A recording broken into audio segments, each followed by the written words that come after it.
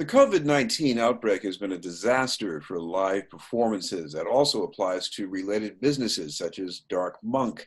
It's a niche company in Charlestown that normally produces gear for the stage, but the company was quick to adapt by meeting a new demand for protective face shields.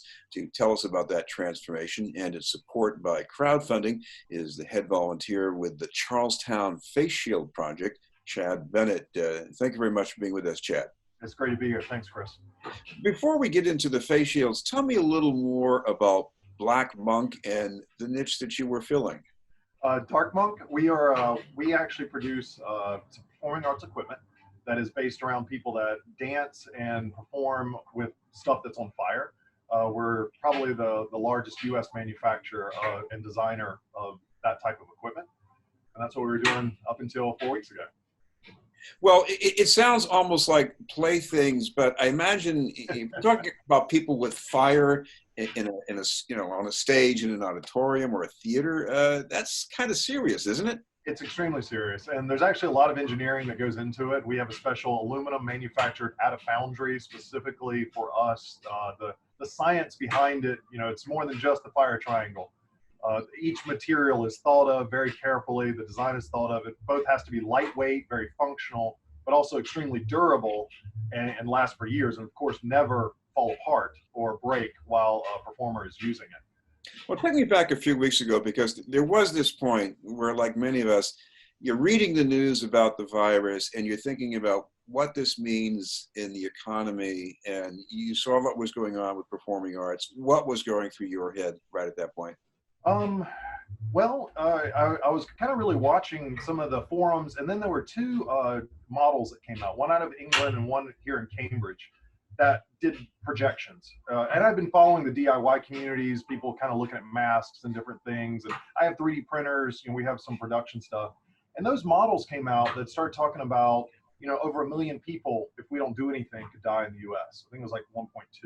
And then there was a Cambridge model for Massachusetts. And there was just something about hearing those numbers that it hit me like, wait a second, what are we doing? Like, why aren't everybody stopping everything they're doing and focusing on this? Like, what's going on? I then kind of jumped pretty deep into the design communities and stuff, but there really wasn't a big thought about, okay, what do we do with our business? What does Dark Monk do in the meantime? It's more like, no, we'll figure that out. That's not important right now. What's important is thousands and tens of thousands of medical workers that are about to be overwhelmed by stuff. So let's just focus on that only. And that kind of went from there.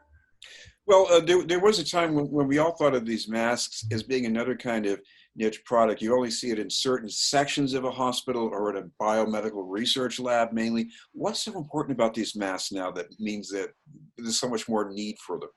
Well, and specifically the shields that we're producing, to be honest, I did not know some of the information I now know, one, how important they are. And only being in some of these medical groups and design groups did I start to learn about it. But when you're wearing like a regular mask, like something along this line, or even the N95s, you have a much, much higher rate of reaching up and touching your face, even unconsciously, because you're adjusting the mask. So not only, there's the obvious of splatter getting on your face, your eyes, things like that, just from being very close to COVID patients.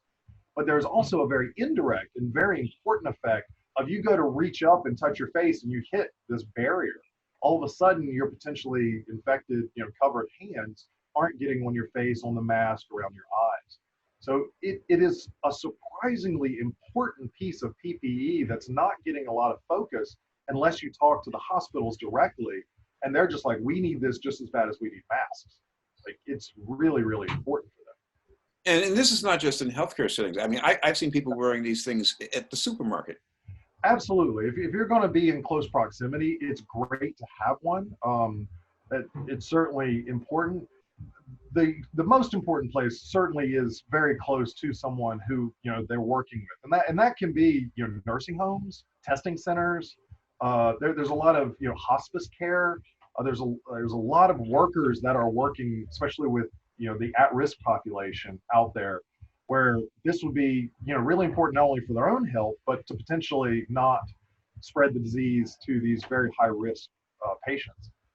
Now, when you were telling me about the decision to switch to production of these face shields, you made it sound like it was a very quick, transformation. But I mean, yeah, having the gear to do this and getting the materials, I mean, how did that come together? Oh, Chris, we've been 2 days away from running out of something all the time. It has been a constant scramble of reaching out to networks that I have. Started with reaching out to a close friend of mine, Karen Burke, who works at a scenic design company. They do trade show booths. That's called VDA. Me initially going, what do you have on hand? What can we use? And she's like, we have a bunch of this polycarbonate that we have scraps of that we use for something. I'm like, that could be a great thing for this. What else do you have? And we started going through stuff. And I pulled from Dark Monk and like, okay, we need silicone foam for this, and we need elastic for that. And we started. And as soon as we started going, we, within 2 days had a design. I was already bouncing off of ER nurses that are friends of mine and getting ready to send to hospitals. We need to scale. So it's like, okay, Karen knew some places. I called up some other places, and it's just getting on the phone and being really persistent. Like, so it might aggravate some people in normal times, but making that fourth phone call to that same company and finding the right person in there that has the ability to go, no, actually, we can get that to you tomorrow. That's been a game changer. It's been one of the keys that has kept us just about to run out of product every 2 to 3 days, but we keep finding the raw material. Now, some of this demand is coming from places that could probably pay you for the face shields, but on the other hand, there are people who need it and they probably couldn't pay you. So how do you deal with that? Well, all of our shields are donated right now, and we did that for a couple of reasons. One, in my opinion, it's the right thing to do, so just start there. The second, probably the two other reasons, and they kind of come together, is speed. If somebody's going to pay us for them, we have to get approval through their procurement chain. We have to get CDC approval. We have to get FDA approval. You start to get into a lot more of these things that just delay getting them in the hands of the people that need them. And in my opinion, I was seeing a need. We need a solution today. We need something right now, immediately. We need a solution for 4 weeks from now. And we need a solution for 3 months from now. And there were a lot of groups focused on those other two. I'm like, okay, they've got that. We need something that frontline medical workers can immediately get in their hands. And the donation route became very quickly, we've got to go this route. Whether it, personally bankrupts me or somebody else, that doesn't matter. We've got to get it out there. So, people have certainly offered to buy them and stuff like that. And we're like, no. Just if you're working with potentially positive COVID patients, you come here or we'll go to you and we're going to get them to you. And so far, we've been able to fill every request that we've got. Well, with cloth masks, we have all these different gradations about how strong they are, how reusable they are. But what about face shields? Are there certain things you have to do to make sure they're good enough? Absolutely. That's been a huge differentiator. And a little bit of that was luck on our end. A little bit might have been engineering intuition. I don't really know. But then we went with the solid 1/16 polycarbonate. It's gosh, do I have one? Kind of have one around here. It's this really hard material. Cape Cod Healthcare are calling it their riot gear, and the doctors are like demanding it. They love it so much. With something like that, you're not worried about the wind blowing it, moving it around. It doesn't break really easily. A lot of cleaning materials, and especially the sterilization materials, they don't discolor it or fog it up. Where a lot of the cheaper lower end ones that are great for some applications, especially disposable, you might can clean them 3 times and suddenly they get kind of a white film to them or something like that. And when you're dealing face to face with intubating someone or something like that, eye contact and great visibility is extremely important. Well, right now you're rising to the demand for a crisis response. But what about the effect on your company, the people who work there? Does this maybe help some way down the line as far as, what you have to do to recover? Um, I'm not. I'll be honest, Chris. It's not thinking about that right now. We'll get there. We'll figure it out. I firmly believe there's only a few times you get in your life, if ever, that the right opportunity knocks, and you have the ability to make a real positive change in the world.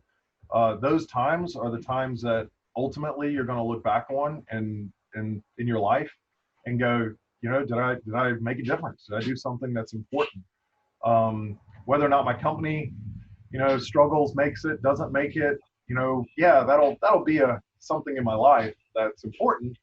But what we just delivered we're at 19,000 reusable shields to front. I mean, literally frontline medical workers, 19,000 of them are safer right now because of this team and like all the different people, the international stagehands union that stepped up and just come here and been our assembly line.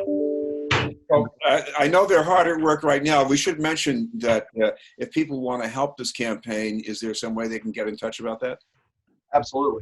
We have a GoFundMe, and it's at the Charlestown Face Shield, CharlestownFaceShields.com, and that'll take you directly to the GoFundMe.